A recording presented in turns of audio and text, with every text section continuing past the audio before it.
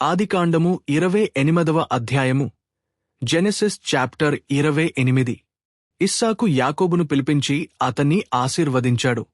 అప్పుడు తనకు ఇలా ఆజ్ఞాపించాడు, కనాను స్త్రీని పెళ్లి చేసుకోవద్దు. వెంటనే పద్దనరాములో నీ తల్లికి తండ్రి అయిన బెతూయేలు ఇంటికి వెళ్ళు.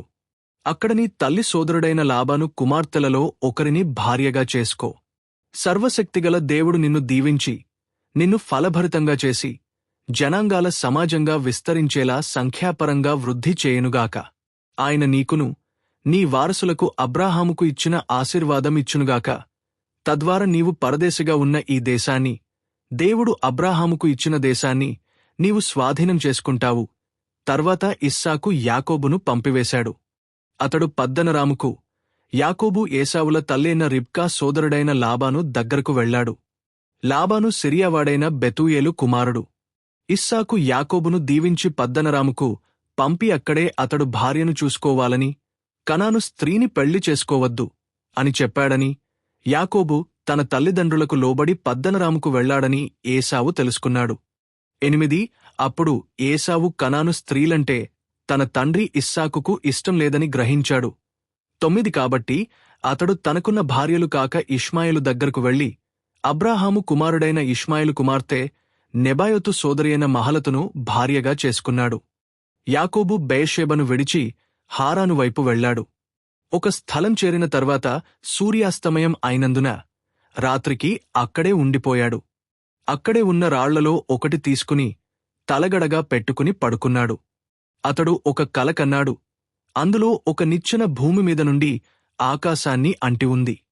ఆ నిచ్చెన పైన దేవదూతలు ఎక్కుతూ దిగుతూ ఉన్నారు. దానిమీద యెహోవా నిలబడి ఇలా అన్నారు, యెహోవాను నేనే, నీ తాత అబ్రాహాముకు దేవుడను, నీ తండ్రి ఇస్సాకుకు దేవుడను. నీవు పడుకుని ఉన్న ఈ భూమిని నీకు, నీ వారసులకు ఇస్తాను.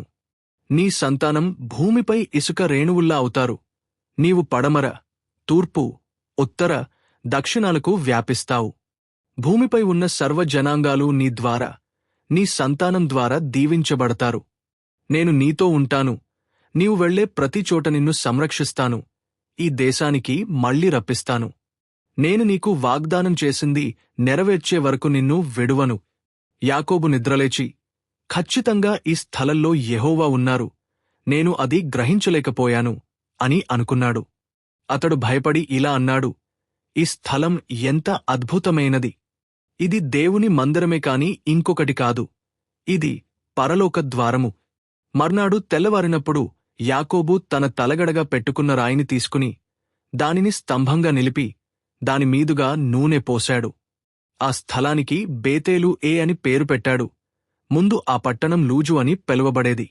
తర్వాత యాకోబు మ్రొక్కుబడి చేస్తూ ఇలా అన్నాడు, దేవుడు నాకు తోడుగా ఉండి నన్ను ఈ ప్రయాణంలో కాపాడి, నాకు తినడానికి ఆహారమిచ్చి వేసుకోవడానికి వస్త్రాలు ఇచ్చి, నన్ను నా తండ్రి ఇంటికి క్షేమంగా చేరిస్తే యెహోవాయే నా దేవుడుగా ఉంటారు. స్తంభంగా నేను నిలబెట్టిన ఈ రాయి దేవుని మందిరంగా ఉంటుంది. అంతేకాక నీవు నాకు ఇచ్చే అంతటిలో నుండి నేను నీకు 10వ భాగం ఇస్తాను అని ఆయనకు మ్రొక్కుబడి చేసుకున్నాడు.